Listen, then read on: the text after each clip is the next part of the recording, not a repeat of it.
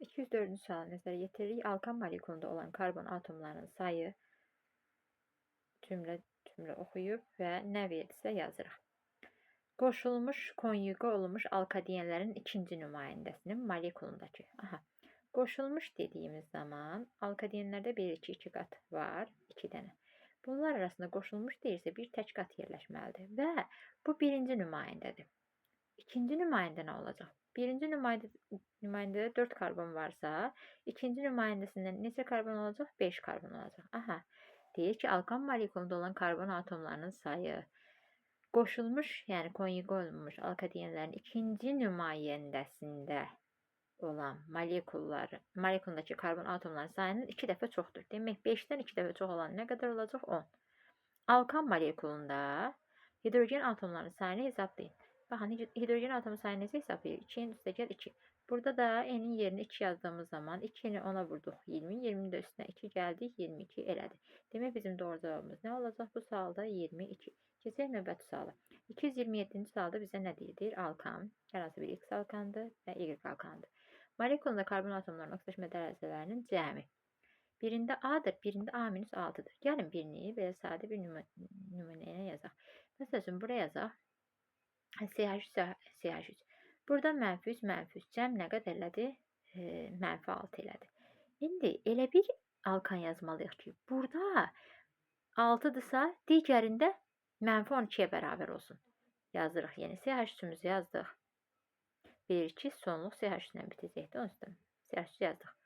İndi bu oldu -6, düzdür? Nə qədər çatmır? -6-mız çatmır. -6-nı da bilirəm ki, CH2-lər yerləşəcək. Neçə dənə CH2 yaza bilərəm? 3 dənə CH2 yaza bilərəm. -2, -2, -2 olan. Yəni, birlikdə versin mənə -6. Kənardakılarla da toplayanda oksidaşma dərəcələrinin cəbri cəmi olsun neçə? -12. Baxın, burada dediyim kimi. A-dan çıxıram 6-na. Yəni, 6 idi. 6 da çıxanda nə olacaq? -12. Həqiqətən də buradan hesabladıq ki, -12 olur. İndi bizə nə deyir? Molekulunda qeyri-polyar sigma rabitələrin sayını hesablayırıq. Sonra da T ilə Z fərqini tapırıq.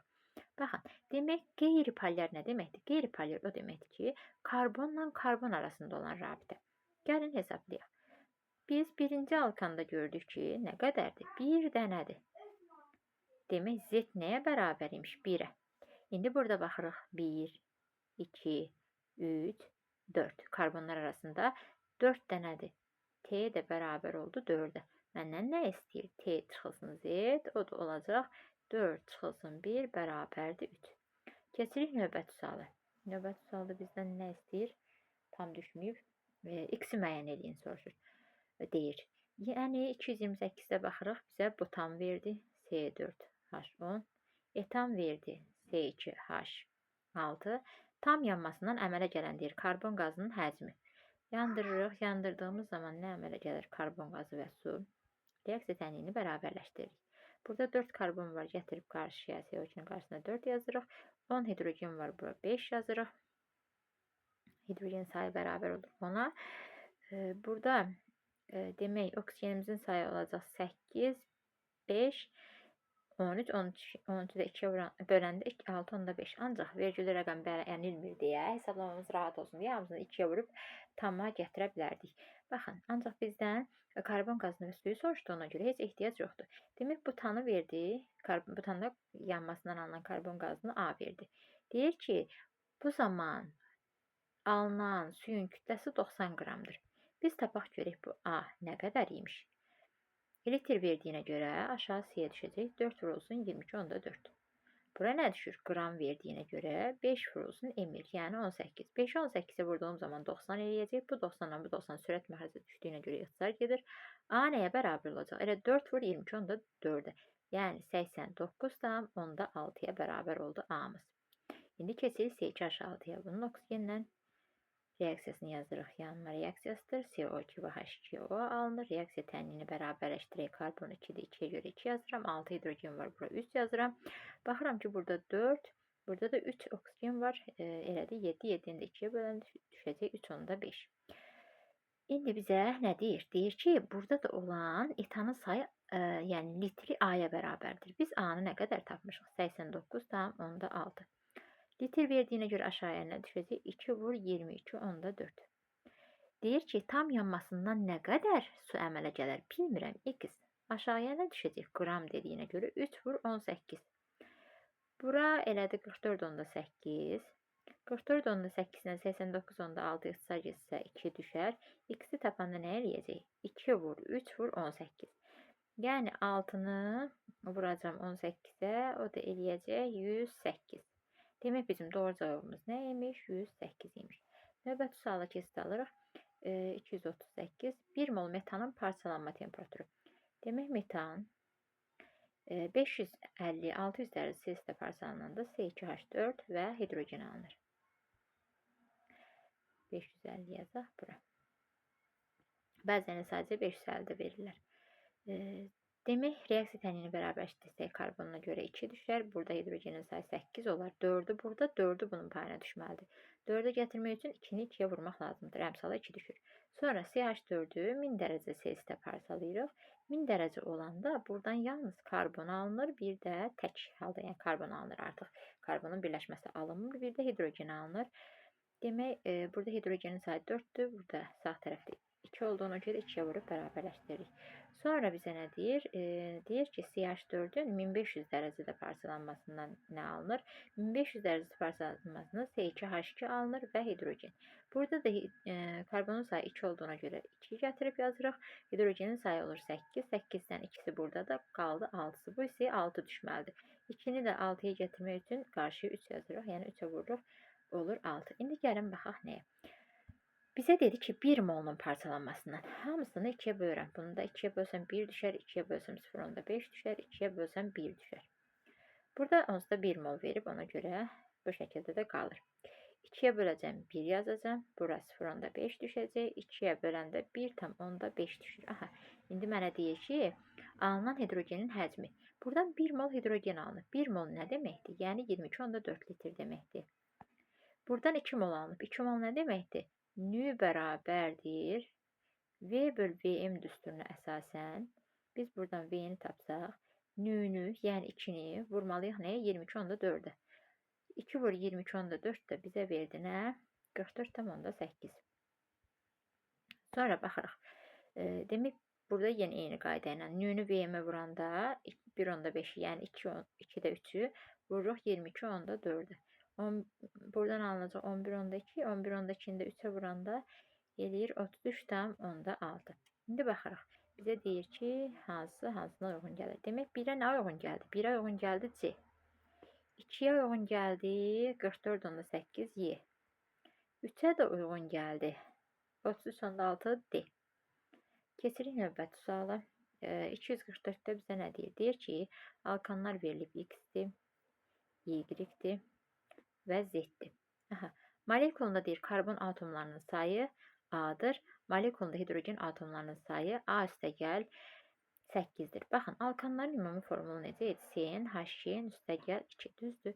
Biz burada birincidə hidrogen atomlarının sayı, yəni A üstəgəl 8-i bərabər eləyirik nəyə? 2N üstəgəl 2-yə. 2N üstəgəl 2-yə. Düzdür. Bərabərlədik. Və bizə burada deyir ki, molekulunda karbon atomlarının sayı nəyə bərabər imiş? A-ya. Demək, N-im nəyə bərabər imiş? A-ya. N-in yerinə gətirib A yazmış olsaq, olacaq 2 bu tərəfə keçər, A bu tərəfə keçər. A bərabər olacaq 6-ya. Demək, bu hansı birləşməymiş? C6 alkan olduğuna görə H14. İndi mənə deyir ki, burada X-in molekulunda proton sayını tapın. Biz bilirik ki, proton sayını tapanda nə etməliyik? C6, H14-dür də, düzdür. Proton sayı burada yazdırdı.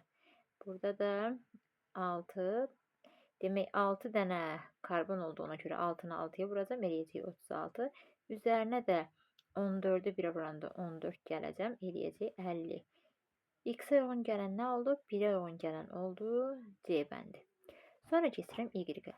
Deyir ki, molekulunda karbon atomlarının sayı B-7-dir.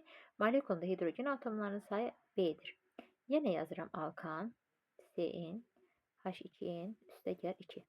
Baxın, bu dəfə dedi ki, 2N üstəgəl 2 nəyə bərabərdir? B-yə. Düzdür.